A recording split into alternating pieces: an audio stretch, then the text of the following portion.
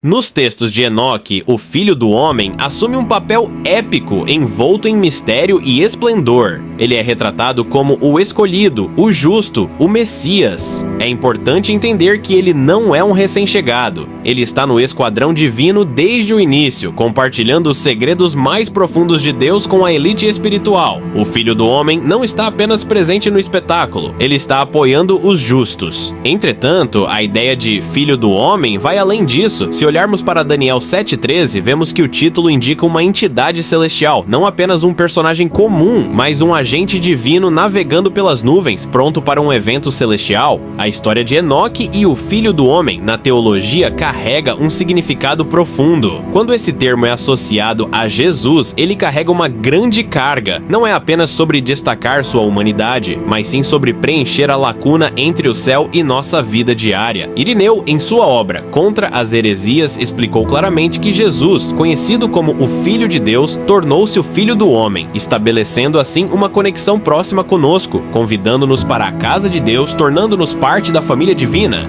Os relatos de Enoque servem como uma previsão do que Jesus mais tarde descreveria como o fogo eterno destinado ao diabo e seus anjos. Esta narrativa não é apenas um mito antigo, mas sim uma peça central de um quebra-cabeça maior, a justiça divina, ilustrando como a rebelião no céu ecoa na narrativa mais ampla da salvação. Até mesmo o seu julgamento, essas missões angelicais não são apenas relatos isolados, elas estão profundamente entrelaçadas com textos religiosos posteriores. Pense na história de Noé construindo a arca, uma missão celebrada na tradição do dia da expiação, e o papel de Miguel em aprisionar os anjos caídos. Esses episódios são cruciais nas narrativas sagradas, tanto no Novo Testamento quanto nas referências de Pedro e Judas aos antigos prisioneiros angelicais aguardando seu destino.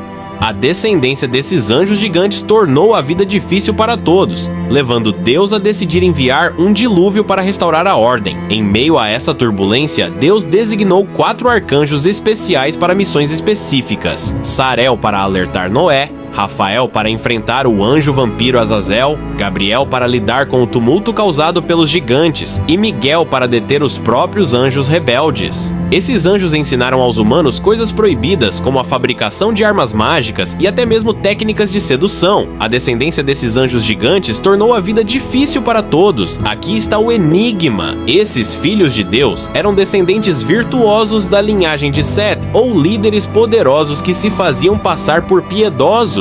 O enredo se complica ainda mais com os antigos insights judaicos, que veem esses personagens como anjos celestiais, não meros mortais. O livro de Enoque nos proporciona uma exploração mais profunda, contando sobre 200 anjos rebeldes que causaram tumulto ao se casarem com humanos. O livro de Enoque despertou um interesse intenso, misturando antigas narrativas com questões contemporâneas e alimentando a curiosidade sobre os filhos de Deus. No livro de Gênesis 6, encontramos uma narrativa que tem intrigado as pessoas há muito tempo. É a história dos filhos de Deus que se relacionam com as filhas dos homens, resultando no nascimento dos Nephilim, esses gigantes massivos. Aqui está o enigma. Desde o início do século XIX, acadêmicos têm ficado fascinados com Enoque, principalmente devido aos seus vínculos com o Antigo e o Novo Testamento da Bíblia. O interesse cresceu ainda mais quando fragmentos de textos em aramaico foram encontrados entre os manuscritos do Mar Morto, sugerindo que esses escritos remontam pelo menos ao século 3 a.C. No entanto, o fascínio por Enoque não se limita aos círculos acadêmicos. Ele capturou a imaginação de pessoas em todo lugar, seja por meio de análises detalhadas em densos volumes acadêmicos ou discussões animadas online, em diversas regiões por um longo período. A sabedoria contida nos escritos de Enoque acabou se perdendo na Europa, com apenas fragmentos conhecidos através dos primeiros escritores cristãos. No entanto, em 1773, um explorador chamado James Bruce trouxe os textos da Etiópia para a Europa, revelando sua importância especial para a Igreja Ortodoxa Etíope, que os considera sagrados. Acredita-se que Enoque próprio não tenha escrito esses textos. Neles, encontramos um tesouro de visões e relatos misteriosos, nos quais Enoque é guiado por uma jornada pelos bastidores de mundos secretos muito antes do primeiro milênio. A história de Enoque foi um assunto popular que provavelmente teve suas origens no aramaico, talvez com algumas influências do hebraico, antes de ser ser traduzida para o grego, latim e etíope. Essa ampla disseminação demonstra seu sucesso. Ele é comumente interpretado como um explorador cósmico, que serve como uma ponte entre os reinos humano e celestial dentro destas sagradas narrativas. Em textos antigos, ao mergulhar na pseudo-evangelização, você pode encontrar uma obra intitulada O Livro de Enoque, ou simplesmente Enoque, a fim de evitar confusões com outros escritos que vieram posteriormente. Este documento antigo se enquadra na categoria de pseudo-evangelização, o que significa que é atribuído a um autor cujo nome provavelmente não é o real.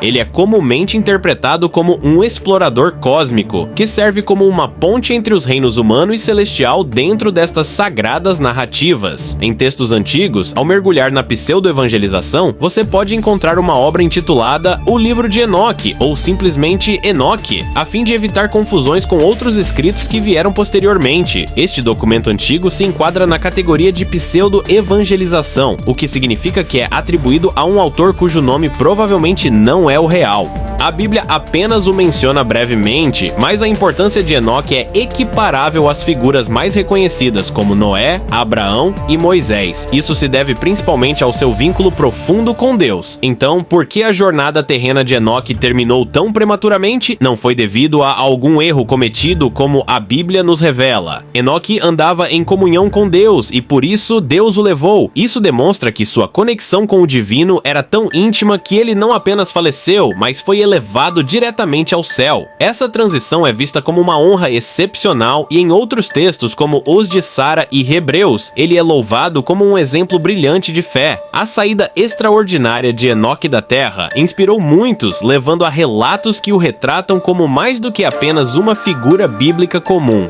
Você pode estar se perguntando se essas idades são apenas números ou se carregam um significado mais profundo. Alguns sugerem que as idades mencionadas nas histórias, como os 365 anos de Enoque, podem simbolizar algo maior, como os dias em um ano. A narrativa de Enoque transcende a mera antiguidade. Ela nos convida a contemplar os mistérios mais profundos de sua vida. Seu nome e herança sugerem que ele tinha uma conexão íntima com a tradição hebraica, o que nos oferece pistas sobre sua importância e legado.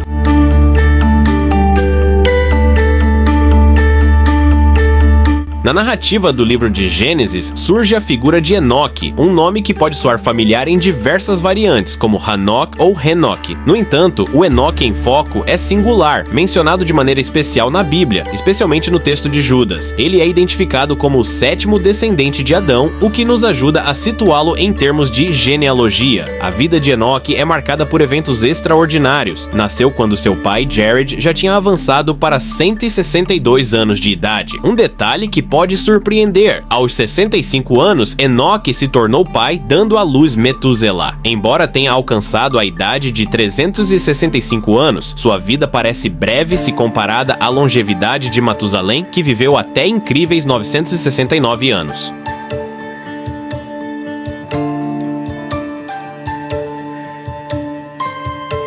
E então, tripulantes, desde já lhe convido a deixar o seu like e se inscrever no canal. Até mais!